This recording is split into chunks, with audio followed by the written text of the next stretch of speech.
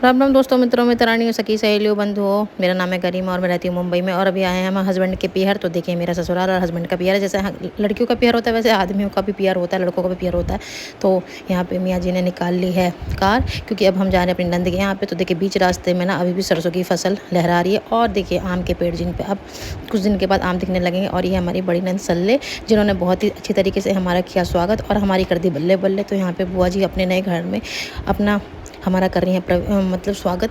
तो यहाँ पे एक समय तरीके से हमारा भी गृह प्रवेश हो रहा है। और यहाँ पे देखिए, बुआ जी ले आई हैं थाली, और थाली ला के हमारा टीका करेंगे। और हमारी मियाँ जी पता नहीं कहाँ इधर से उधर कन्फ्यूज़ होते फिर रहे हैं, क्योंकि मियाँ जी को मैंने बोला कि जाओ जल्दी से कुछ लेके आओ नेक, क्योंकि बुआ को नेक भी देना बनता है। ले लिया वाइट वाला फूल। अरे वाह, ये तो प्यारे। अच्छा, सामने लगे होंगे। तोड़ के लाई होगी। ये आपका बुआ के अब तो दे दो, बुआ की थाली में रख दो सर जी, वो गिरा देगी। समझ नहीं आता आपको, उन्हें समझाना पड़ता है। ये धर्म पत्नी की तरफ से लो। अरे भगवान, कैसे कर रहे हो। और बाकी मैं तो हुई तो तुम सही कह रहे हो। हाँ,